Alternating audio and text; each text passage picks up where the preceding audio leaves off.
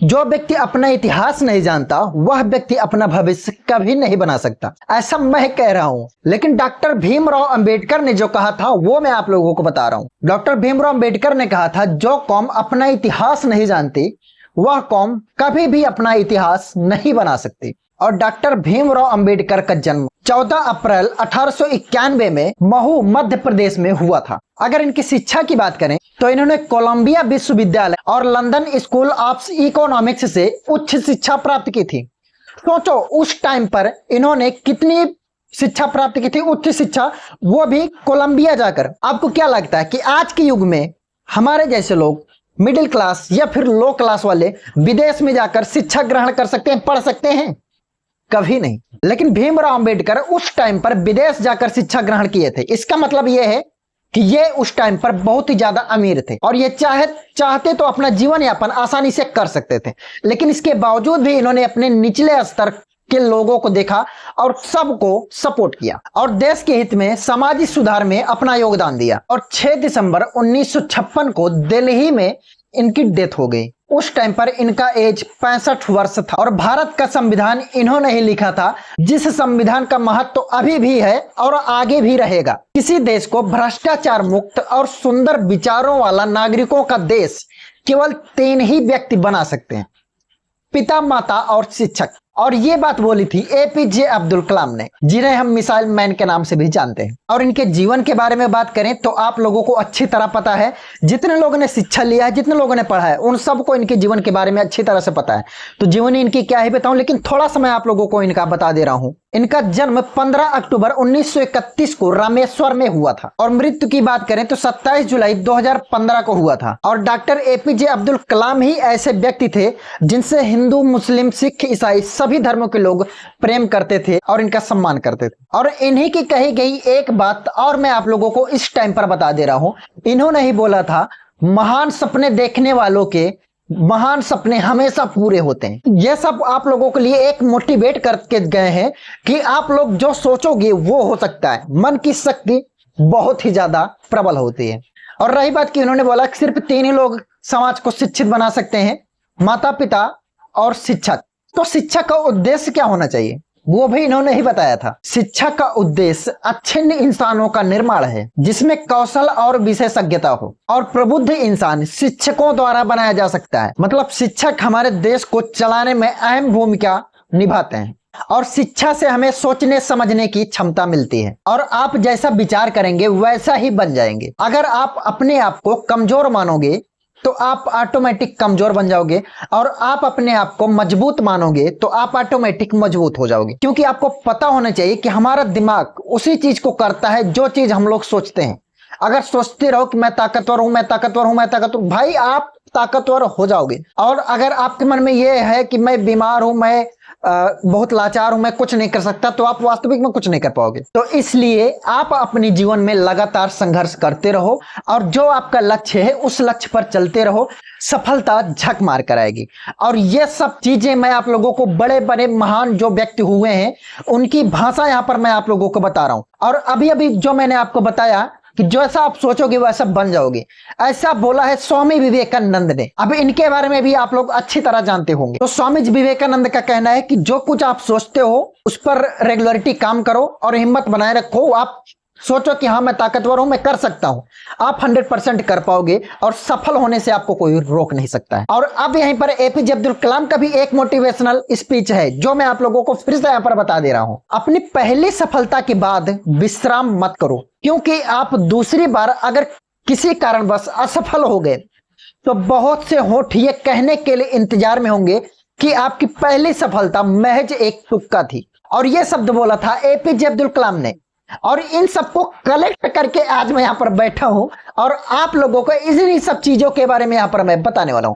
क्योंकि देश से रिलेटिव जो भी मैं आप लोगों को बताऊंगा, मुझे पता है आप लोगों को इतिहास ऑलरेडी पहले से ही पता है। अगर मैं बताऊंगा कि चंद्रशेखर आजाद ने यह किया, महात्मा गांधी ने यह किया, वहां पर सुखदेव ने यह किया, आजाद भगत सिंह ने यह किया, अंग्रेजों ने हमारे साथ यह किया, वो सब आपको ऑलरेडी पता है भाई। लेकिन जीवन में जो आगे काम आने वाला है, जो हमारे वो महान व्यक्तित्व, जो हमारे महान व्यक्ति थे, जो कि हमारे देश के अहम व्यक्ति थे, जो कि हमारे देश को एक अहम ऊर्जा देते थे। वो लोगों का जो वर्ड है जिन्हें हम अपने जीवन में यूज कर सकते हैं। आज आप लोगों को उसी चीज के बारे में यहाँ पर मैं डिटेल्स से बता रहा हूं और मैं भी उन सबको कहीं ना कहीं अप्लाई करता हूं। और ऐसा नहीं है कि मैं कुछ भी यहाँ पर बोले जा रहा हूं, मैं वही बोल रहा हूं जो मैं करता हूं। ठीक है, मेरी आदत है कि मैं पहले प्रैक्टिकल करता हूं, उसके बाद आप लोगों को बताता हूं। मैंने ये चीज देखा है भाई कि अगर आप एक बार सफल हुए, जैसे कि मेरा इंस्टाग्राम पर 1 लाख फॉलोअर्स अभी हाल ही में हुआ था और किसी कारण बस इस टाइम पर सस्पेंडेड है, और सेकंड आईडी पर क्या है कि अभी सिर्फ 400 फॉलोअर्स हैं और मैं उस पर काम भी नहीं कर पा रहा हूं ठीक से। और इस टाइम पर 1-2 कमेंट भी मेरे पास आ चुके, भाई पहला तो आपका इस वजह से वायरल हो गया था, हो गया कम, लेकिन दूसरी आईडी पर आप 1 लाख फॉलोअर्स 2 लाख फॉलोअर्स कैसे करोगे? भाई कर लेंगे, मुझे पता है मैं कर लूंगा, क्योंकि वो एक तुक्का नहीं था, वो मेरी मेहनत थी। और फिर से हम मेहनत करेंगे और फिर से 1-2 लाख फॉलोअर्स तक कर लेंगे। और जो हम अपनी मेहनत का बीज बोते हैं अपने इंस्टाग्राम पर, उसका जो फल आता है फॉलोअर्स, वो चीज मुझे मिलेगा ही मिलेगा और सबको मिलेगा। क्योंकि फिर से स्वामी विवेकानंद जी ने क्या कहा है वो मैं आप लोगों को फिर से यहां पर बता दे रहा हूं। उन्होंने कहा है कि हम जो बोते हैं वो हम काटते हैं, हम स्वयं अपने भाग्य के विधाता हैं। अब इन्होंने एग्जाम्पल के तौर पर बताया कि समुद्र में एक नाव जा रही है और जिसके पाल खुले हैं वो हवा के विपरीत जिधर उसको जाने का मन कर रहा है वो चला जा रहा है, और जिसके पाल बंद हैं वो हवा के दबाव में आकर हवा की दिशा में जा रहा है। तो क्या ये हवा की गलती है? नहीं, ये आपकी गलती है कि आपने अपना पाल नहीं खोला है।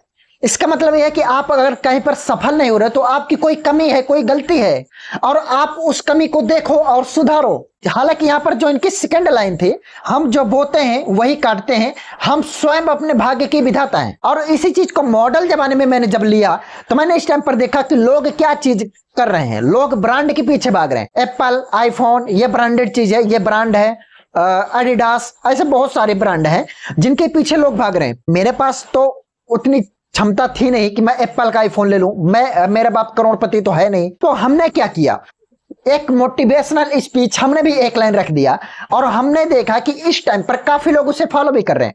आपने भी कहीं ना कहीं जरूर देखा होगा मेरे इंस्टाग्राम आईडी पर या फिर मेरे व्हाट्सएप आईडी पर, मैं खुद एक ब्रांड हूं और यह चीज मैं कई जगह पर यूज कर चुका हूं और काफी लोगों ने भी इसे देखकर खुद को मोटिवेट किया और फॉलो किया। और मुझे लगता है कि अब मैं धीरे धीरे एक ब्रांड बन रहा हूं, क्योंकि मैंने मेटा एआई से पूछा एंटी हैकर रंजीत कौन है, और चैट जीपीटी से भी पूछा एंटी हैकर रंजीत कौन है, ग्रोक एआई से पूछा एंटी हैकर रंजीत कौन है।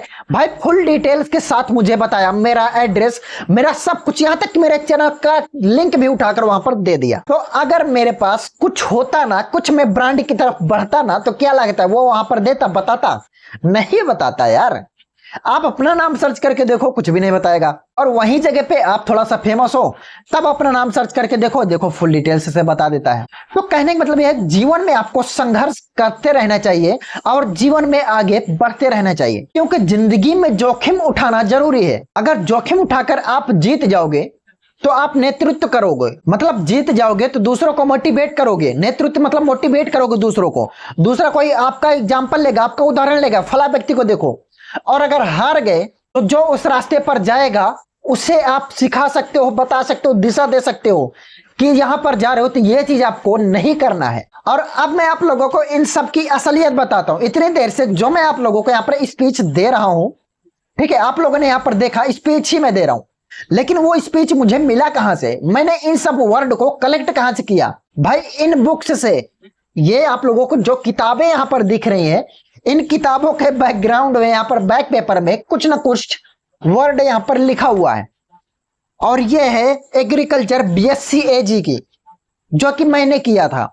और ये जो पीछे वर्ड यहाँ पर लिखा हुआ था, इन सब से मैं मोटिवेट होता था और जो चीज मुझे अच्छा लगता था अपने जीवन में उसे उतारता था, संभालता था। तो अगर आप लोगों ने इस वीडियो को फुल देखा है ना, तो जो चीज आप लोगों को इस वीडियो में अच्छा लगा है आप लोग अपने जीवन में जरूर उतारो और उस पर आप लोग काम करो, क्योंकि ये कोई भी भाषा मेरी नहीं है, ये सब अपने देश के महान व्यक्ति की है जिन्होंने अपने जीवन में अनुभव किया और उसके बाद उन्होंने बोला।